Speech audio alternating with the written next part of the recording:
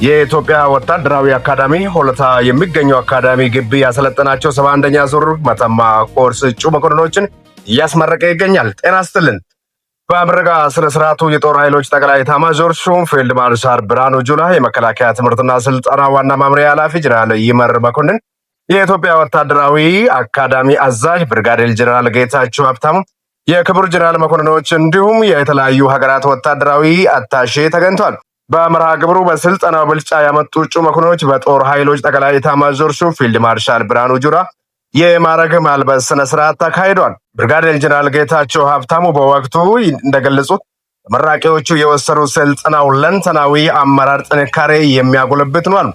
እጩ መኮንኖቹ ከትምህርትና ስልጠናው ያገኙ እውቀት እና ክህሎት ለማንኛውም ወታደራዊ ግዳጅ ተልዕኮ መውጣት የሚያስችል አቅም አጎናጽፏል ብሎ ከኢትዮጵያ መከላከያ ሰራዊት አባላት በተጨማሪ ከተለያዩ ሀገራት የመጡ የአፍሪካውያን እጩ መኮንኖችም ስልጠናውን አጠናቆ መመረቃቸውን ተናግረዋል። እጅግ አድርገን እናመሰግናለን። ቡዜ ኒውስን በቲክቶክ በዩቱብ ሼር ኮፕሊንግ እያደረጋችሁ ከኛ ጋር እንድትሆኑ በአክብሮት ጠይቃለን። ሰናይ ጊዜ ይሁን።